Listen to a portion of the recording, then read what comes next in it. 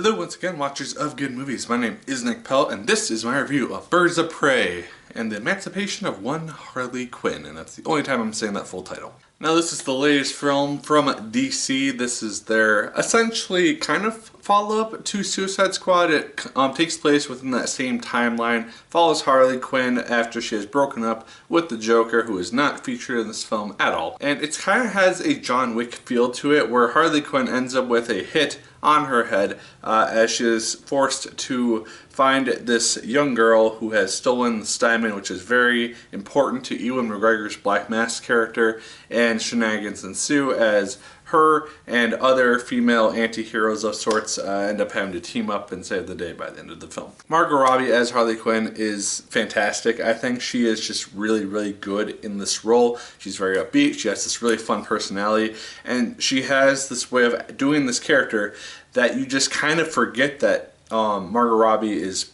playing her, because she just becomes this character so well and so intensely, kind of like Robert Downey Jr.'s Iron Man, that they just kind of meld into one single character. She's very fun to see on screen.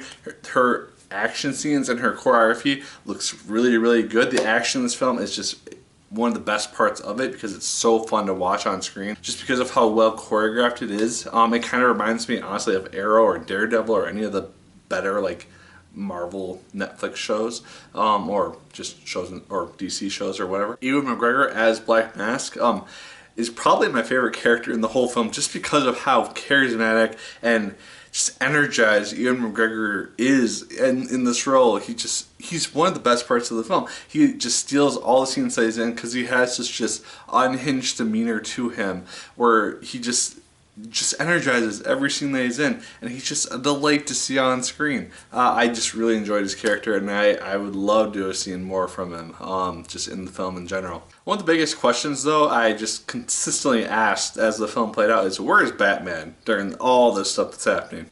Yeah, I mean, there's a lot of big things that you would think that he would be responding to that happen in this film, and he just doesn't show up. So I don't know, I guess it kind of falls into the whole realm of like, why don't the Avengers show up during this seemingly big earth-ending crisis that some one hero has to deal with or something. But you deal with it. But it's just a question that was lingering in my head, which they don't ever really explain. And then the whole premise of the film being a team-up film of these like badass women hero or anti-hero characters, it doesn't really happen until the very end of the film, which is kind of disappointing because I was hoping it would happen like midway through the film, but a lot of it is kind of set up for that eventual team up, and then the film kind of ends.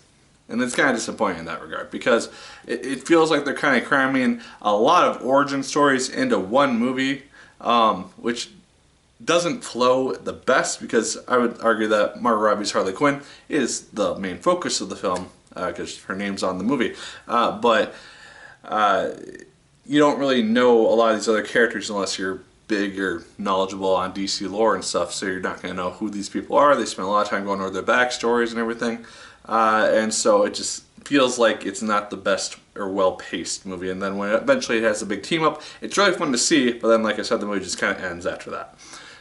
So it feels like they're kind of just setting up for a potential sequel that we might or may not ever see. There's also no post-credit scene, so that's also kind of a bummer. They have like a little tease audio thing at the very end of the credits, which isn't really worth sticking around for.